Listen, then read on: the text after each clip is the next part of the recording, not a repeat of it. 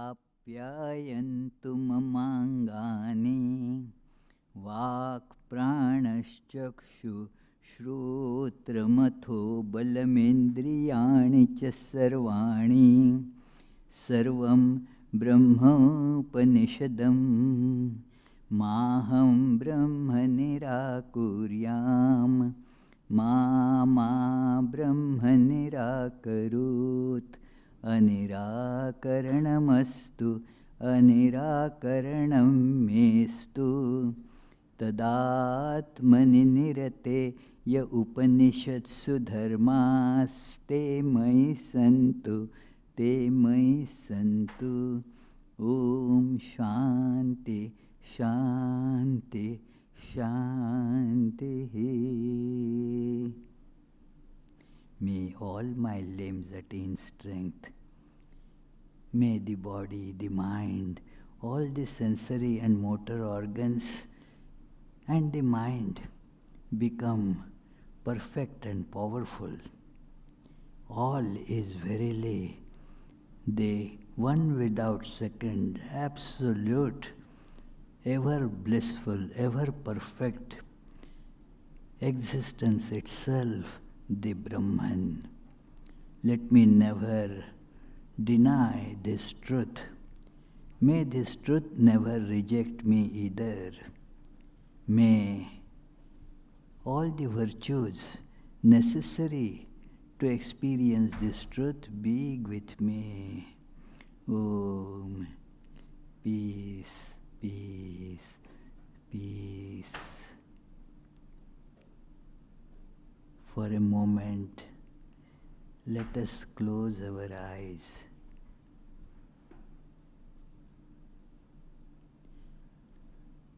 All the shapes, forms disappear.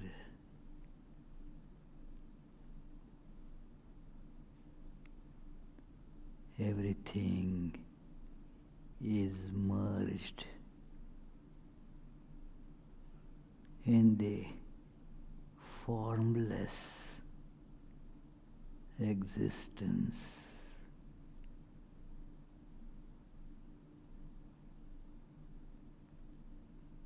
In the oneness as the separations disappear.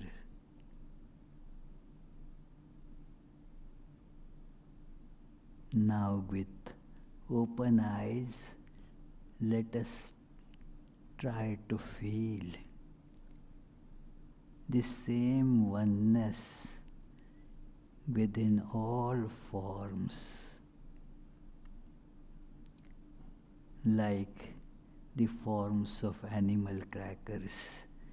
They look different, but as we look at those forms, we know that it is the same one existence, same one substance pervading all. So let us feel that. Peace, peace, peace.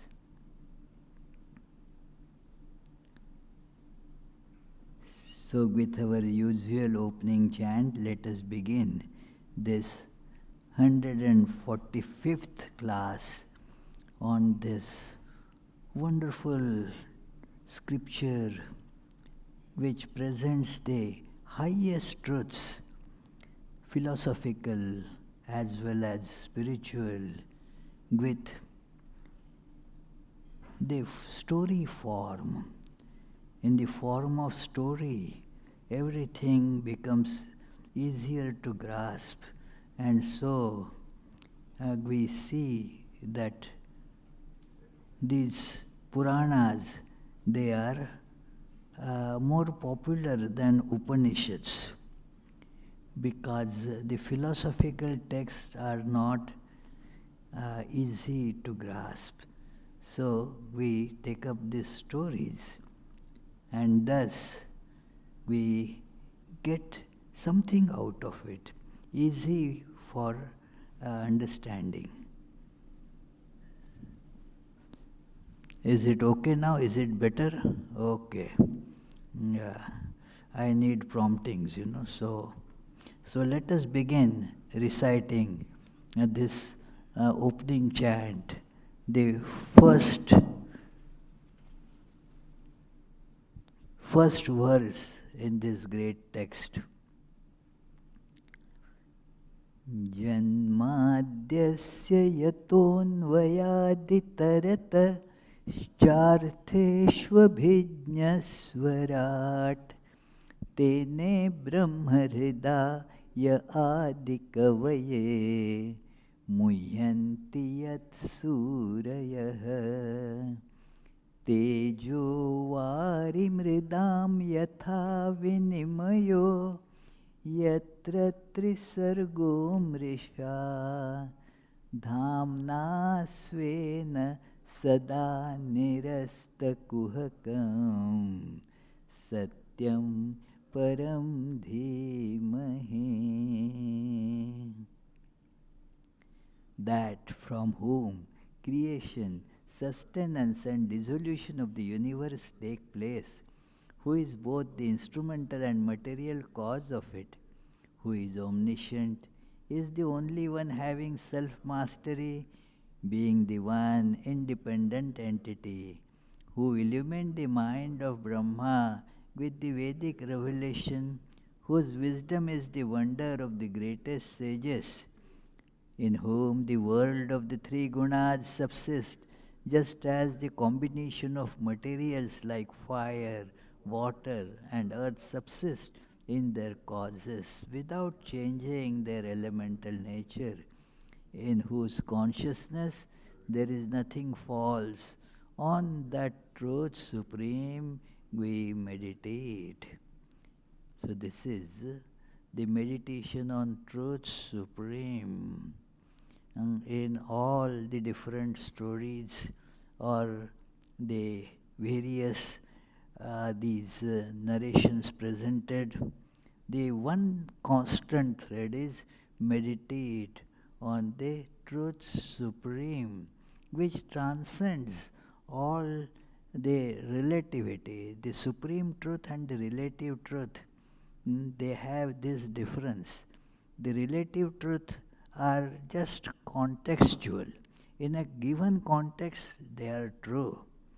So, but beyond that context, they have no validity. Their validity is limited there. So, it is like from our standpoint, that it is this ceiling is above you. If you are seeing from the other end of the globe, say from Australia or somewhere, just imagine, a globe, and you are for them just upside down. So, this you are that above that thing, So it is the relation becomes different there in all these, and sometimes the context become very important in relative truths. Otherwise, it will not make sense. So, thus, absolute or the supreme truth is that which is true regardless of the context. It is always true. So, that is the goal of our life, because we, firstly, truth is truth, we seek truth. Secondly, that realization of it brings this supreme bliss, supreme peace, supreme love in our lives. That is why that is to be sought after.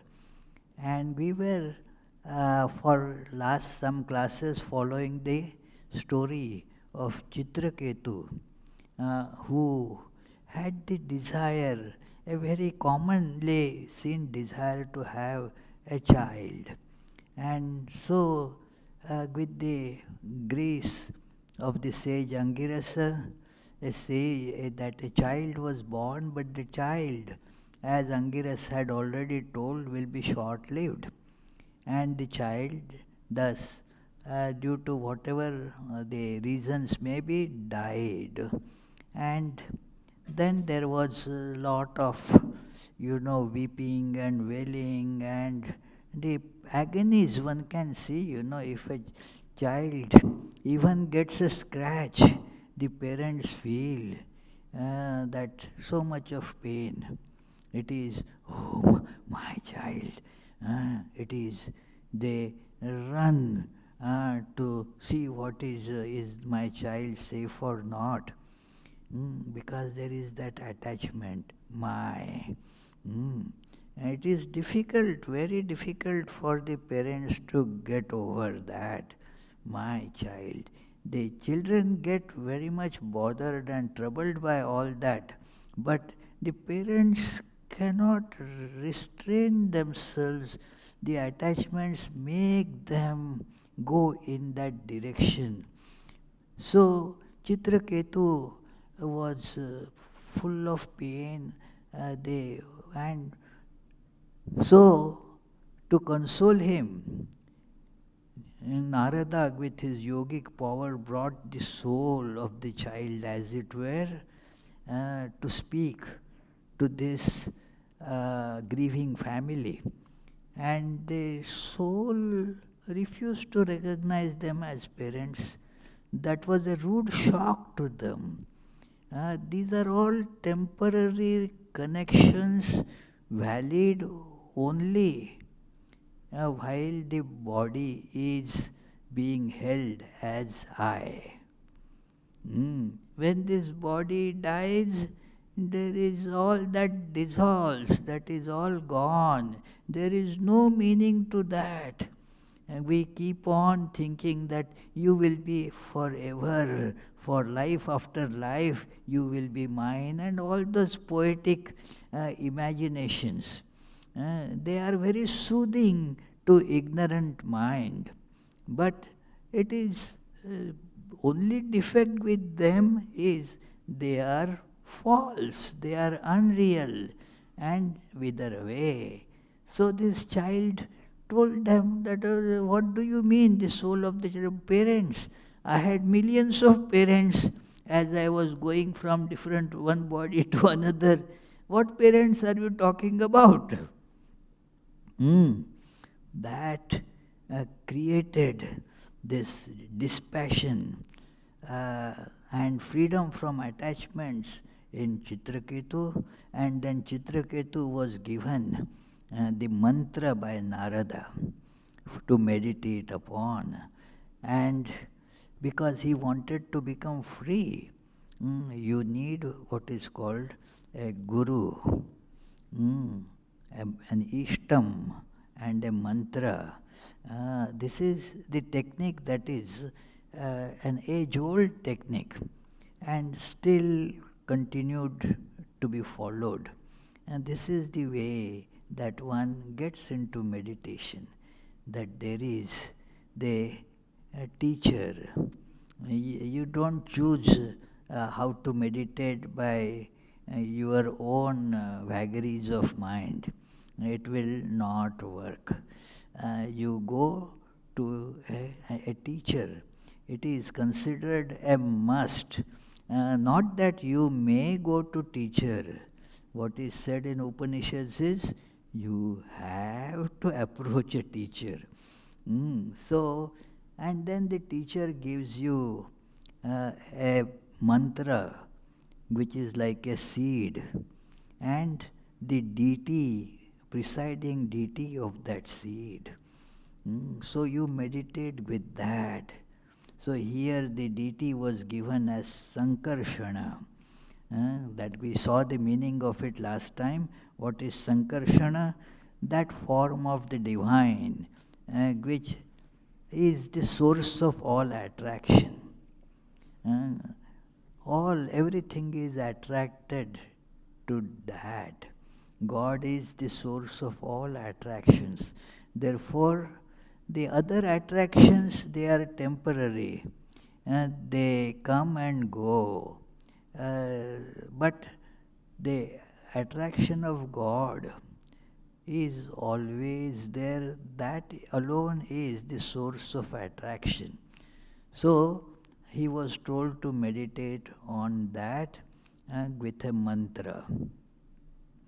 And he meditated exactly following the advice of the teacher, and it is said here that by completely stopping the intake of water, except water and air, all food was stopped.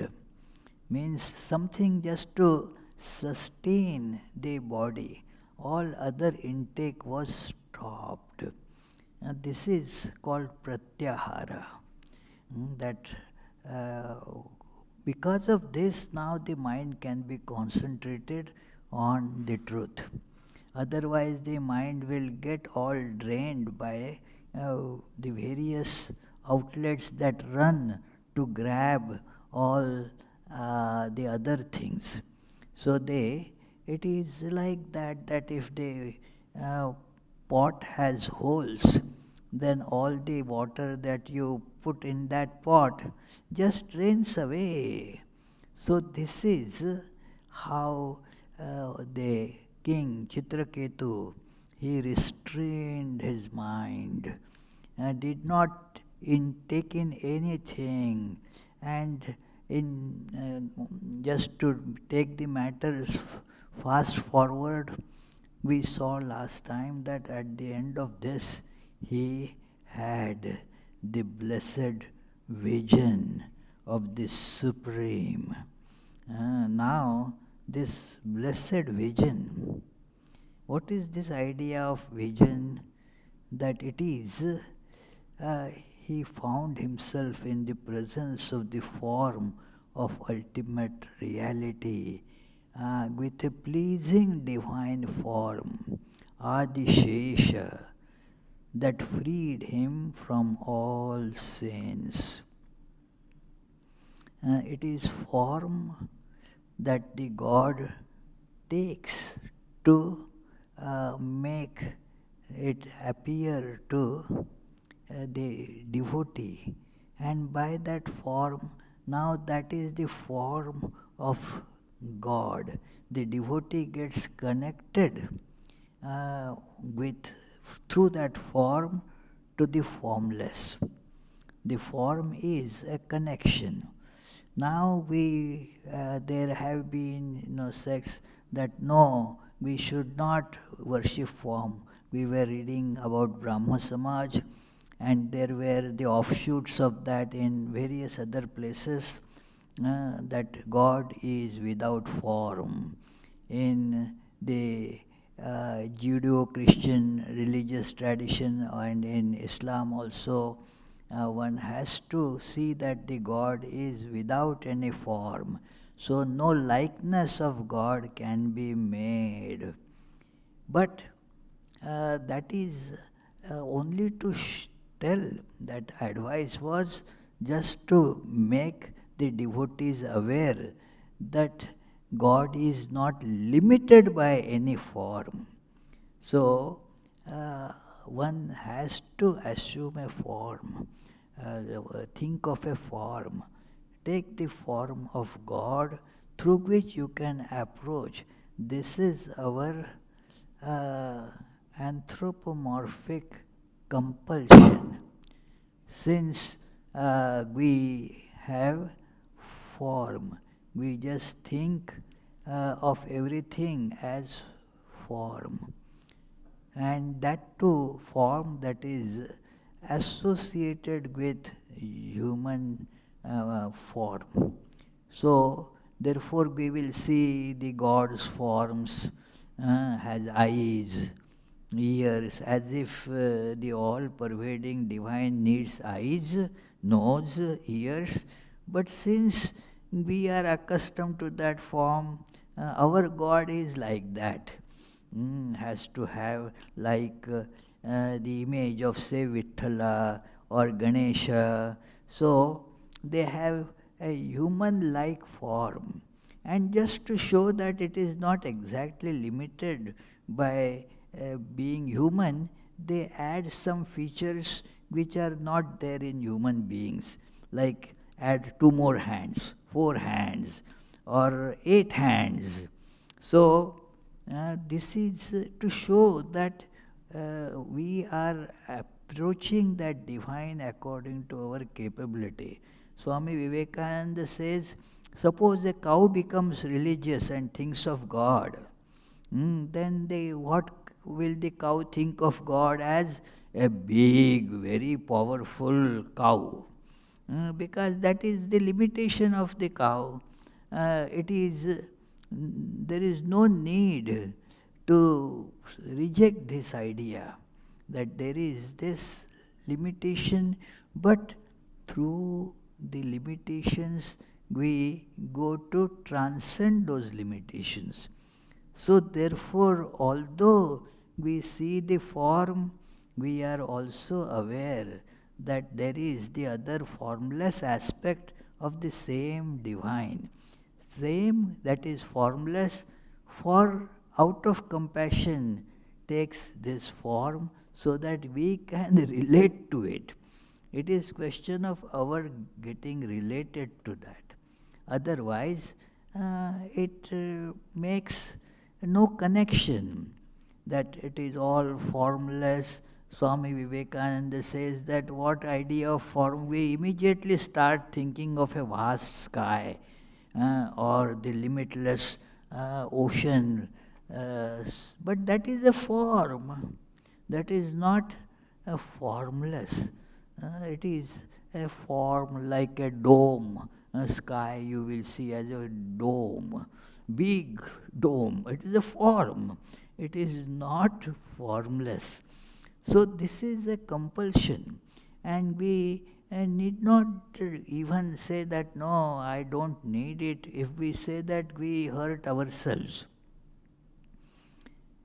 So therefore, connect it that God, that is formless, the Brahman absolute, is appearing without any change in this form.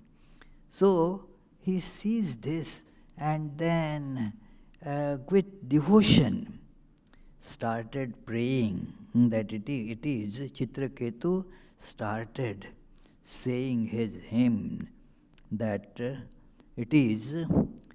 this is the form that he saw, the Shesha, or this translation says Adi Shesha. Though the word Adi is somehow missed, in the original text, Adi. But the translator, thinking that, well, let us put it that so, said Adi Shesha. That which is the residue that remains, as the forms appear and disappear. What remains?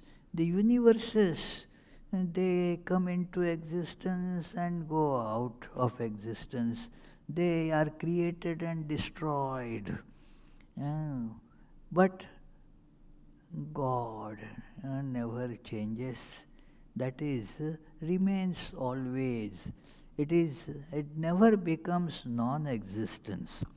Other things come into existence, and that existence therefore goes away from there. But the existence of God remains, it is always there. So it is, that is the meaning of Shesha, always there. That existence never becomes non-existence. The universes appear and disappear. So this is what he sees, and starts praying to that it is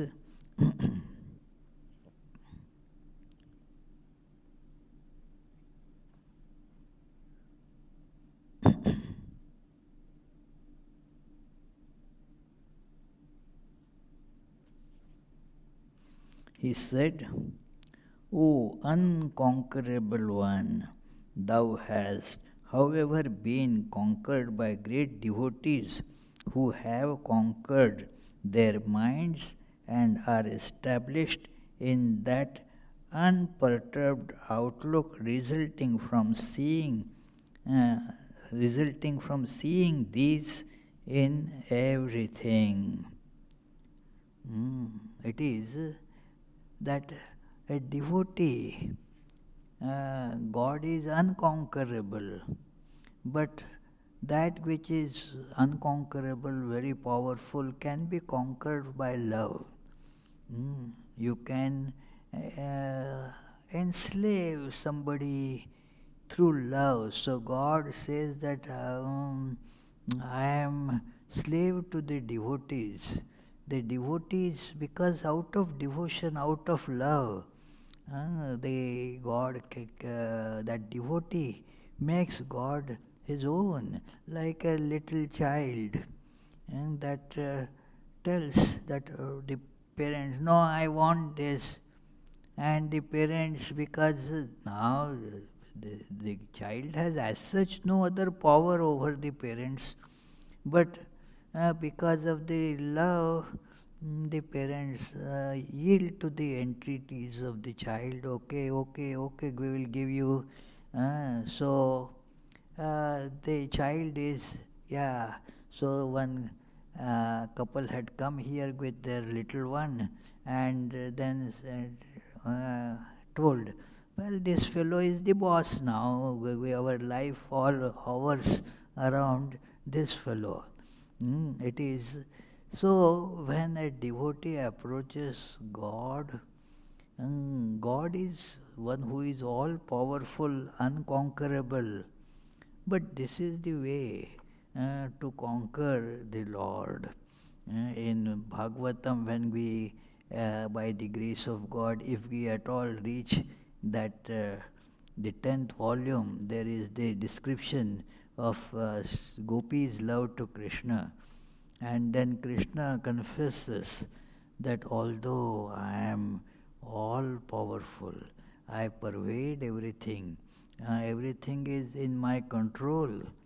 I have been enslaved by your tremendous love. So, this Chitra Ketu invokes that idea and continues that it is. But one has to have that love for God. By just uttering that, oh, I love God, and the mind is running to all other things, that is not, you are not loving God at all. Or you are praying to God to get something from the God. Then what is important for you, what you love, that which you are asking the God to give. God is secondary. Whosoever will give you that, you will go to that. It is. So that is how common people's connection with God is just that. That I want this and this and this in life. So if God gives that, that God is very good. So the love is not for God, but they want something from the God which is more important. And love for God is only as a giver of those things.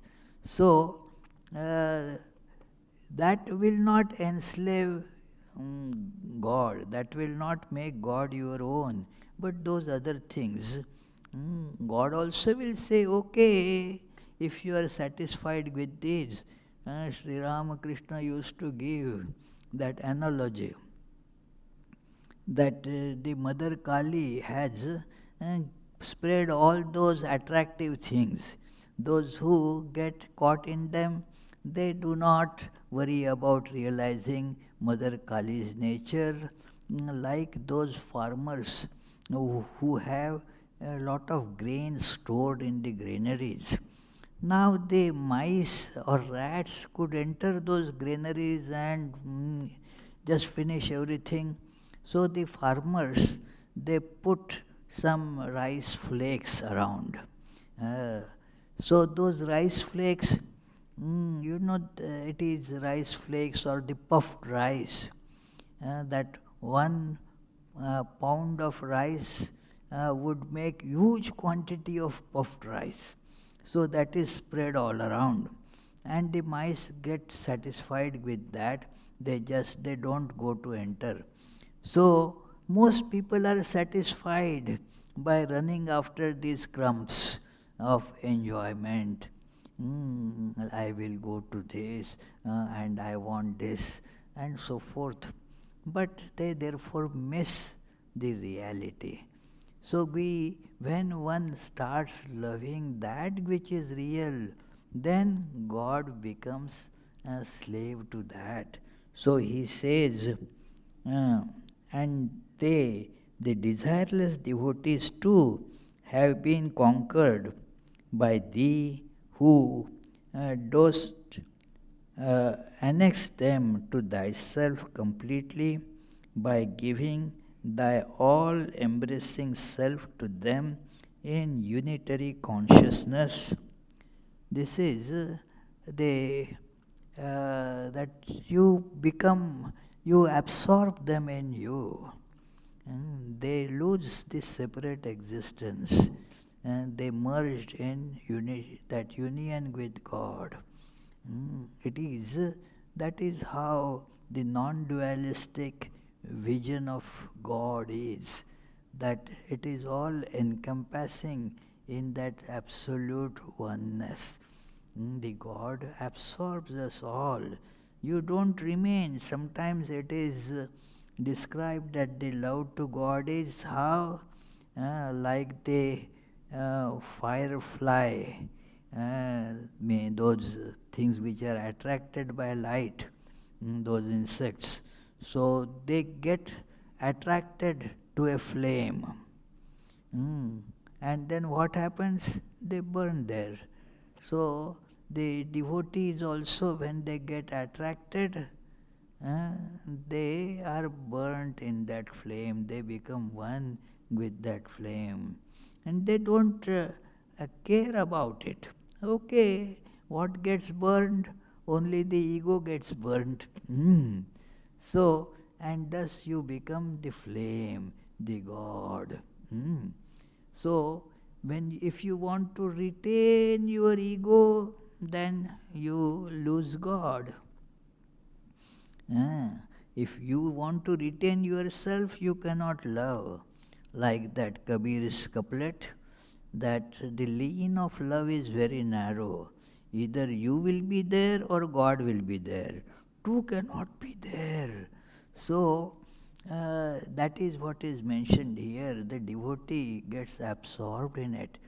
So, he continues, this cosmos is encased in 7 sheets of earth, water, fire, air, it's that sky, I sense, ahankara, and the great element, a mahat tattva, each succeeding sheath being 10 times vaster than the earlier one. Amidst countless such world systems, the Brahmandas, this cosmic shell uh, or world system of ours is whirling about like an atom in the infinitude of thyself, the Ananta or the endless one. He calls him Ananta, the infinite, that has no beginning, no end. So that means either side you try to find the end, you won't find it. Wherever, in whatever way you try to fathom it, you don't find it. So it is thus infinite.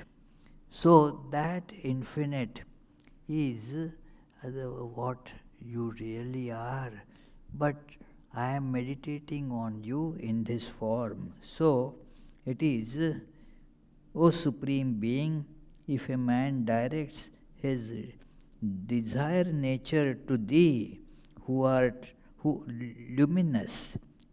luminous consciousness beyond the gunas of Prakriti, he will not be affected by tendencies that create rebirth.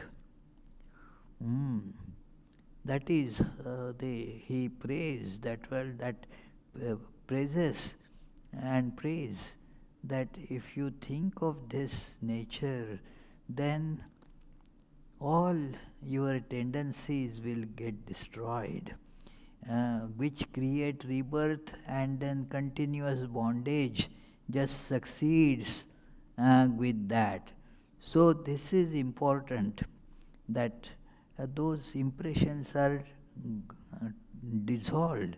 How it happens? It is told in Bhagavad Gita that through knowledge this happens. God alone is real. Jnana agni sarva karmani bhasmasat kurute yatha. So, with the fire of knowledge, all these impressions are burnt, all karmas are burnt, and therefore there is no rebirth. One must remember here that the rebirth, how does it happen? That I have desires. Those desires prompt actions. And those actions then, as the action finishes, it gets microprocessed and gets stored in me as an impression. And that impression is like a seed, it is ready to sprout again in the same form, like a seed of a plant brings out the same tree again. It is so, the same action takes place. You see that, therefore, you can, in that Sherlock Holmes story and all, you find that he discovers that that person was working as a typist, because the typist had certain impressions that go with it.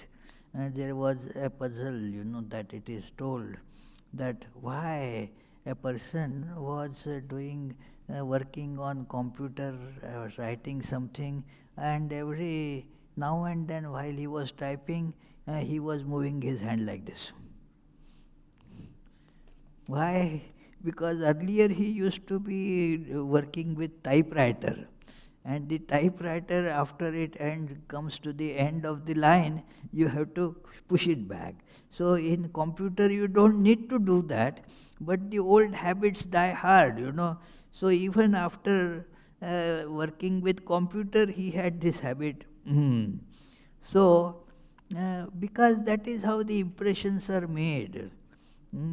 We asked the typist once, we were thinking what is the spelling of this word, and somebody said the typist, they know, so ask the typist, what is the spelling of this?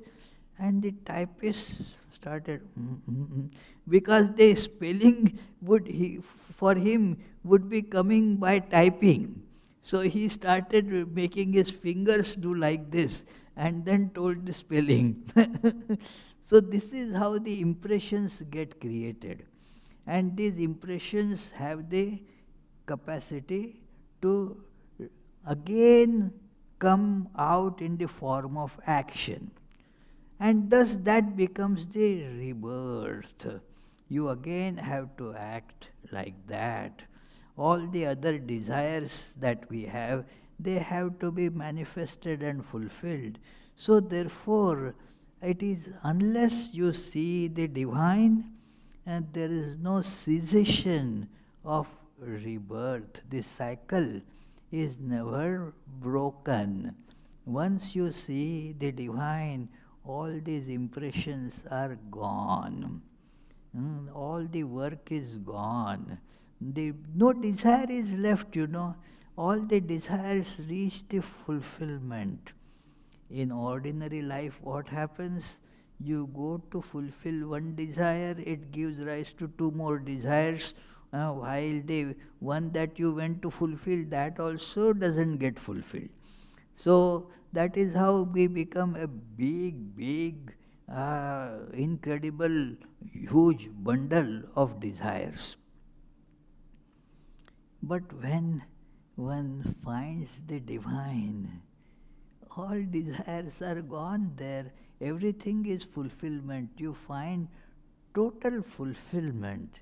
There is nothing further to be gained.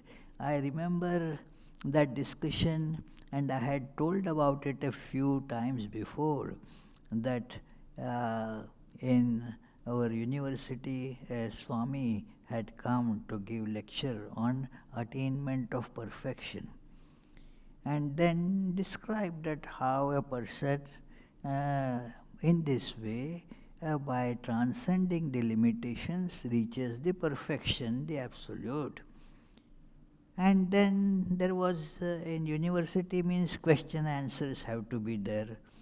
So the question, one young man, he was a student there, he got up and said, okay, we understood that this is the way, this is how one will attain perfection. What next? What next? So the Swami said, what next? Once you reach perfection, there is no next. You have attained the goal. Now your GPS told that you have arrived. Now get out of the car. You get out of the cycle of birth and death by that process. Otherwise, always the desires propelled action. You have not reached perfection, you want more. Reaching perfection means you don't want anything more. So, that is the meaning of perfection. Perfect, like in Upanishads it is said, Atma kamasya apta kamasya ka spriha. The one who has this perfection, fulfillment of all desires attained. Now, where is the question of a desire? And if there is no desire, there is no action.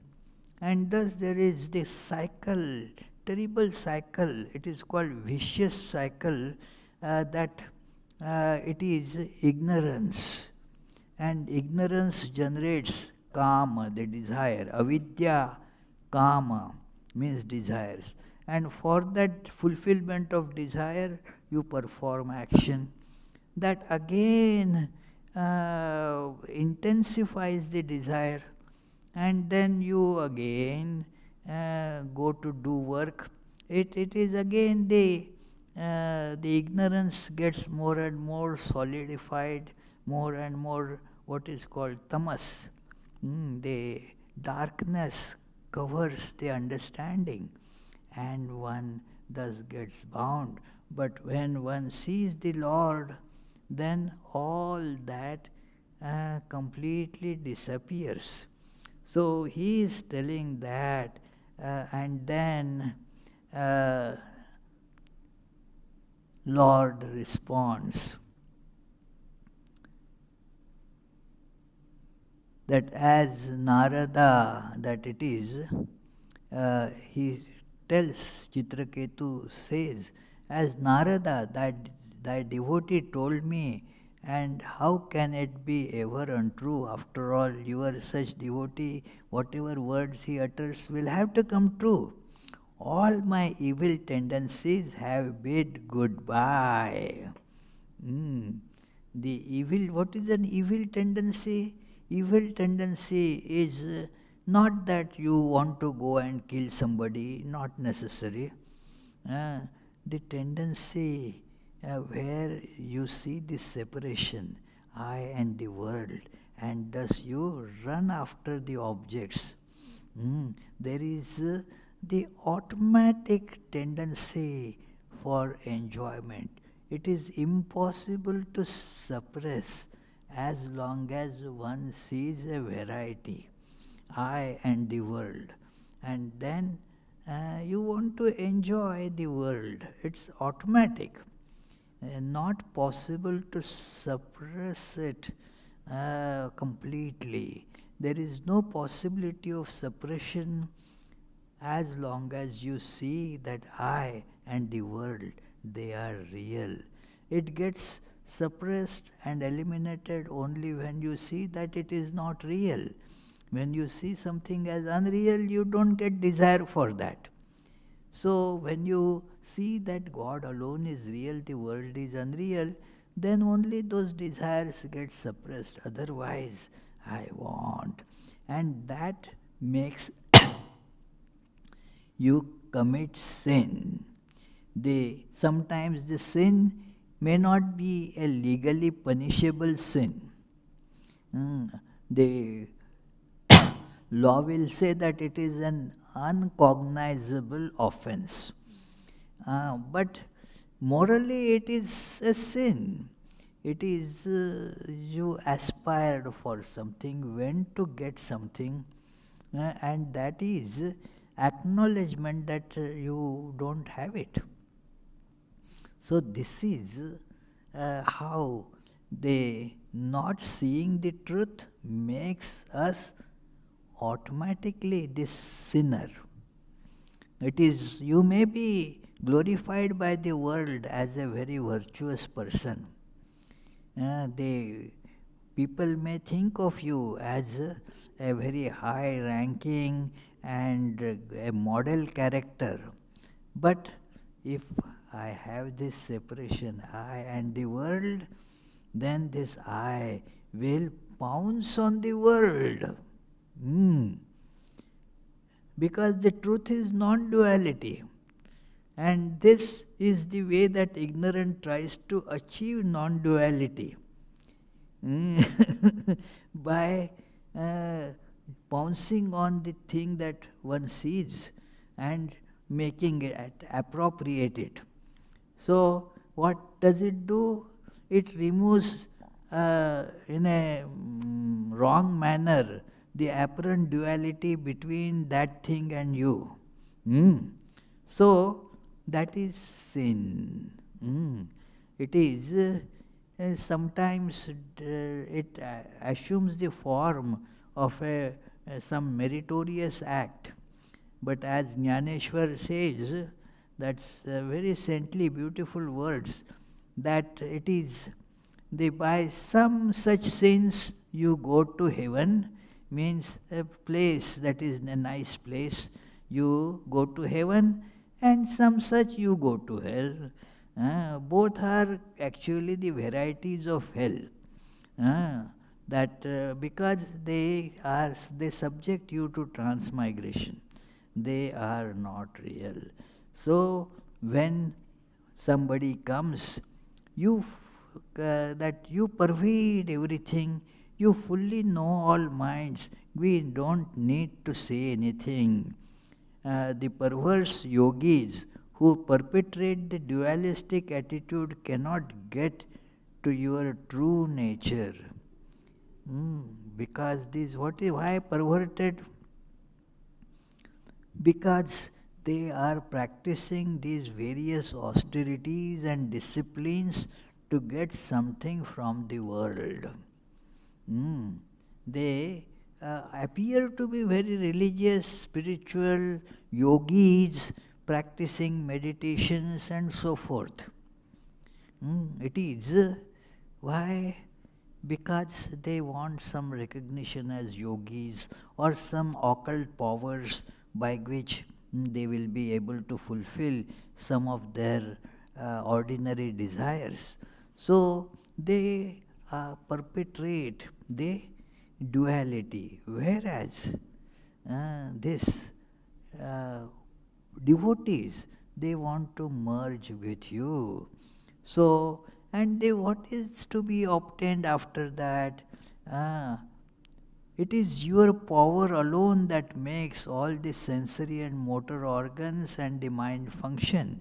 This whole earth stands on your head as a mustard seed. And so insignificant. It doesn't make sense to aspire for this world. The whole world with all its joys and all that is just a very tiny speck on the head of the Lord. So if you have got the Lord, who cares for the world? So, and the Lord is pleased by seeing this devoted submission, and then starts speaking the endless, the Ananta, the One, was extremely uh, pleased and said to Chitraketu, following the advice of Narada and Angirasa, you have got this vision of mine. It is an automatic effect of the blessings from the Guru. You have become great in spiritual attainments. I pervade everything and am the untarnished Atman in all. Same Atman in all. It is a very important thing that in Vedanta one must understand. If we are going for any spiritual practice, then you cannot escape this conclusion that although the bodies differ, that which changes differs in space and time, but the unchanging, the spirit, it does not change in you or me. Its nature is unchanging, so it doesn't change in space. Space means here or there. It is everywhere the same. So God, you are the untarnished. It doesn't have any impact, any effect. It remains the same. Atman in all. So God says that, and then proceeds to tell that how this world is. We will discuss it later in the next Friday's class, because the clock is telling me that now time to stop. But this is this idea that somebody is asleep and then sees in the dream. In the dream, there is I. In the dream there is I. Just as you do not have any waking state experience without you being there. Same in dream. Naomi, you will not be able to see any dream without you being in the dream. You have to be there in the dream to have the dream experience. So you are finding, you seeing you are there in the dream. Now, it is when you is sleeping, then in the dream there is that other you, and this you also feels tired and wants to sleep. Now this dream I sleeps, and now this dream I who went to bed wakes up. Now this woken up dream I sees that, all I didn't know anything. It was all, now I can see things, these are real. When I went to bed and slept, I was not conscious of anything. Now I am seeing the reality. And same thing happens in the so-called waking state also. We don't know anything when we go to sleep. And then when we wake up, we know now I can see things clearly and so forth. So we shall dwell more on this in our next Friday class. Let us conclude with our concluding chant, which is the third verse of Bhagavatam. We began with the first verse and concluding with the third verse. Actually, we should take up sometimes the second verse also. But let us chant this. निगमकल्पतरोर्गलितं फलं शुकमुखादमृतद्रवसंयुतं पिबत भागवतं रसमालयं मुहुर्हो रसिका भुवि भावुकाः. O devotees, quaff to intoxication this nectar of the fruit of the tree of Vedas, flowing from the mouth of the great sage Shuka and mixed with the ambrosia from his words.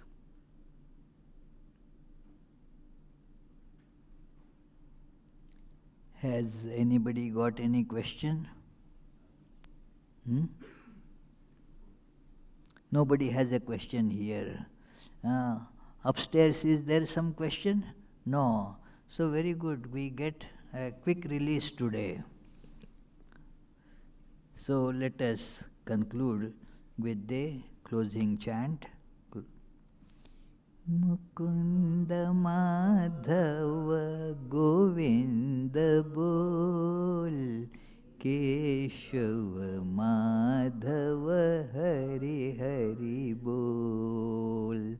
Mukunda Madhava Govinda Bol, Keshava Madhava Hari Hari Bol.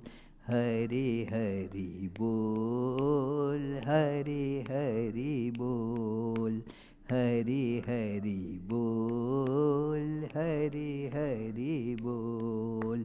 Krishna Krishna Bol, Krishna Krishna Bol, Krishna Krishna Bol, Krishna Krishna Bol.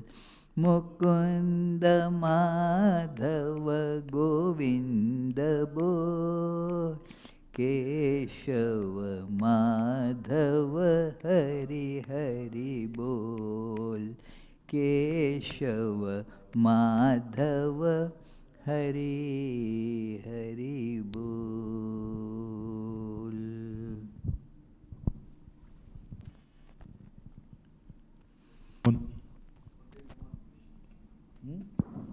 Oh, there is a question. Okay. Please read. Okay. Question from Taraswin. Namaskar, Namaskar, Taraswin. Okay. Pranam Maharaj. Why did the translation on the slide use the words perverse yogis following the path of dualism? Isn't dualism one of the paths to realization, and it leads to non-dualism? It is not that the dualism of the spiritual practice is bad. Dualism in that sense is certainly a path. It's a very good question. The yogis here mentioned are those who want to perpetuate the duality of the enjoyer and enjoyed. That they want something in this world rather than wanting God. See, the dualist in Vedanta, Swami Vivekananda has very beautifully expressed this division and how all these dualists or qualified non-dualists or non-dualists, they all actually accept the one independent existence. Nobody says that there are two independent existences. The dualists, they consider that God is the master, the supreme, and I am dependent on it. So the only one independent existence, the other is dependent on it. So that is in a way an expression of non-duality. Then the qualified non-dualists, they see that God is the whole, I am the part of it. I am its part. So again, there is this non-duality in that. The non-dualist, the proper non-dualist, see that there is nothing like part and the whole. There is one alone. So these are different things. What is mentioned here is those who are not thinking of the God, but are practicing various things for worldly enjoyments. That is why they are called perverted. They appear to be religious, but and people sometimes think that they are great yogis, but their idea is to get some benefits from this world, and for that they are performing these austerities. They sometimes include many horrible things, that it is somebody is praying, for example, that let my business flourish. One lady came to Holy Mother and told her to bless that her husband's business. He was a physician, a doctor. Let my husband's business flourish. Holy Mother said, how can I pray that? It will mean, what it means is that if so many people fall sick so that your husband's business flourish. I can't pray like that, my dear. So this is what this kind of yogis, they seek, that they will become, long living. They will always enjoy this supreme health. They will get different powers, like becoming invisible, so that they can perform all those stealthy actions without being noticed. So that is how these yogis are described. That is why they are called perverted. They will never be able to appreciate the divine. But when you think of it as path to realize God, then they are not perverted. That is not what is being mentioned here. They can be dualists, qualified non-dualist, or non-dualist, or any such variety like described, like the Shuddhadvaita, Kevaladvaita, that Achintya Bheda Bheda. All these are different varieties of spiritual practice of realizing God. None of them is wrong. But what is criticized here is something quite different. Any other question? Okay, we already have chanted the same, so all the best.